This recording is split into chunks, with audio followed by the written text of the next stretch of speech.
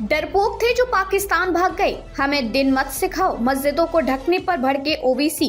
AIMIM प्रमुख असदुद्दीन ओवैसी ने मस्जिदों के ढके जाने को लेकर केंद्र और यूपी सरकार पर निशाना साधते हुए कहा कि वे लोग डरपोक थे जो पाकिस्तान चले गए। ये जियालों की औलाद है और भारत को ही अपना वतन मानते हैं। हैदराबाद में एक जलसे को संबोधित करते हुए उन्होंने कहा कि आखिर अपने ही देश में मुसलमानों के साथ दोयम दर्जे का व्यवहार क्यों किया जा रहा है। ओवैसी ने कहा कि कोई कहता है कि अगर तुम्हें डर है तो तुम नमाज मत पढ़ो, घर में बैठ जाओ। कोई कहता है कि जैसे मस्जिद को कवर कर दिया तुम अपने सिर को कवर कर लो। कोई कहता है कि बंगाल में अगर हम हुकूमत में आ जाएंगे तो मुसलमानों को बंगाल से निकाल देंगे। अरे भाई, वे डरपोक थे जो पाकिस्तान भाग गए। ये जियालों की औलाद है, भागने वालों में से नहीं है। हमारे लोग ईमान की दौलत से मालामाल थे। उन्होंने भारत को अपना वतन माना और मानते रहेंगे।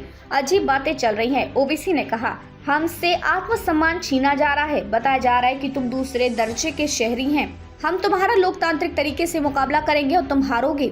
एक मुख्यमंत्री कह रहे हैं कि जुमे की नमाज घर में पढ़ लो। आप कब से अलामा बन गए, अब इनसे दिन सीखना पड़ेगा। और घर में क्या क्या कर सकते हैं। मस्जिद है, धार्मिक मान्यता की स्वतंत्रता है।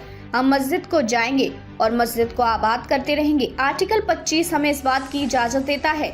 मैं अपना दिन तुमसे नहीं सीखूंगा। बता दें कि होली और रमजान साथ में पड़ने की वजह से देश के कई हिस्सों में मस्जिदों को ढका गया, जिससे मस्जिदों पर रंग न पड़े और किसी तरह के सांप्रदायिक तनाव को रोका जा सके। उत्तर प्रदेश में कई महीनों से संभल में तनाव है, ऐसे में यहाँ भी मस्जिदों को ढकवा दिया गया था। वहीं अयोध्या में भी मस्जिदों को ढकवाया गया था।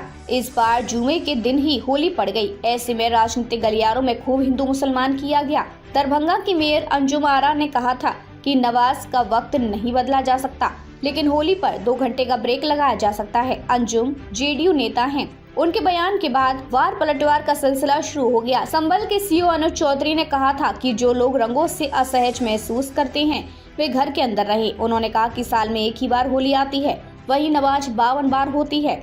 अगर किसी को रंगों से दिक्कत है तो उन्हें घर के अंदर ही रहना चाहिए।